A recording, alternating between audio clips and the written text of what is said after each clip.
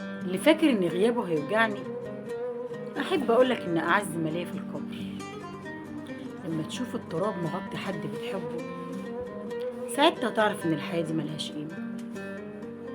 لما يخيروك بين قلبك وكرامتك بدون تردد، اختار كرامتك، لان الانسان بدون كرامة ملوش قيمة.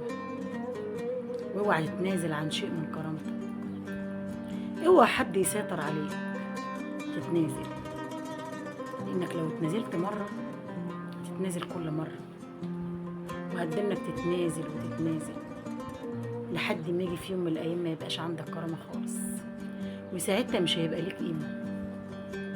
اوعى حد يسيطر عليك. كفاية انك بتيجي بالليل وتحط راسك على مخدتك وانت عارف انك حد نظيف،